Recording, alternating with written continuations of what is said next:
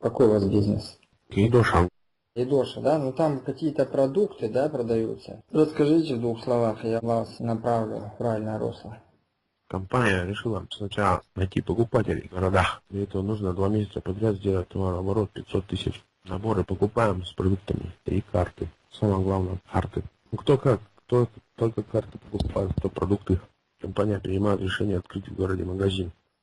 То есть, другими словами, вам надо до того, как компания откроет магазин, привлечь потребителей. Да, сейчас уже открывают 4 магазина.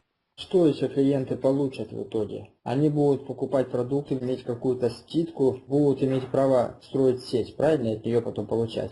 Да, А продукты, они качественные или они обычные? электронная закупка. То есть все-таки они по качеству отличаются, нежели покупать в том же Ашане и так далее. Да, обязательно, потому что там еще и доставка на дом. У нас люди привыкли все пощупать, потрогать сами. Особый контроль.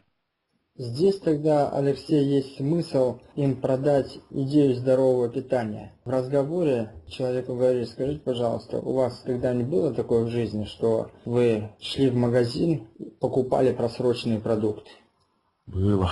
Ну, человек говорит: было. Ты говоришь, что вы чувствовали в этот момент. И он начинает там: вот было неприятно, что-то начинает говорить там, да? Ты хотелось вернуть этот продукт, и ты делаешь вывод из этого. Если я правильно понял, для вас очень важно покупать качественные продукты.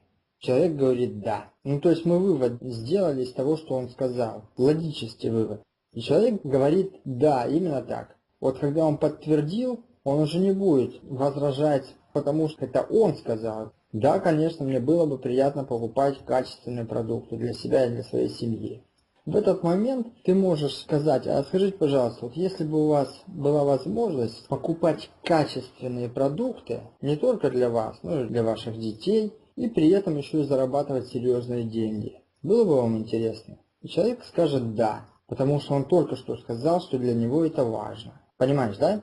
Понимаю. И вот здесь, когда он говорит: да, для меня это важно, мне было бы это интересно, ты говоришь: вы знаете, такая возможность есть, наша встреча не случайна, я вижу, вам интересно, и именно с вашего разрешения я вам сейчас в 2 словах расскажу об этой возможности. Ты начинаешь рассказывать не более там 20 минут, потому что если ты будешь на час растянешь свою презентацию, то человек будет зевать. То есть максимально продумай, чтобы каждое слово было по сути. Ничего лишнего. И желательно, когда ты презентацию проведешь, человека надо зарегистрировать. Не отпускать его, а чтобы он принял решение прямо при тебе. Потому что если ты его отпустишь, то большая вероятность, что ты его потеряешь. Он посоветуется со своими родственниками, они ему там насоветуют такое. Он потом при твоем следующем звонке тебе скажет: ты знаешь, Алексей, я передумал. Понимаешь, да? Понимаю.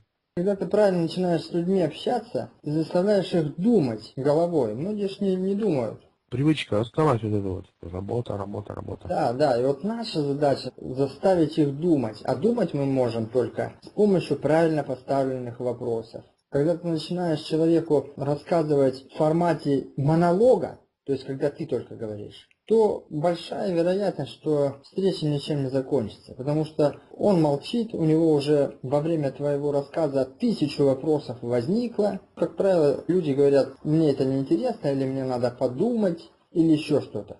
А когда ты начинаешь с ними общаться в диалоге, не только ты говоришь, но и они свое мнение высказывают, и ты работаешь на их мнение, то очень большая вероятность, что человек принимает правильное решение. Если, к примеру, он говорит: мне эта идея очень интересна, но у меня нет денег. Ну, бывает такое, да?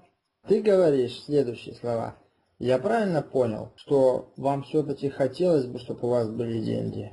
Человек говорит: да. Именно поэтому я вам и предлагаю возможность, которая вам позволит зарабатывать очень серьезные деньги.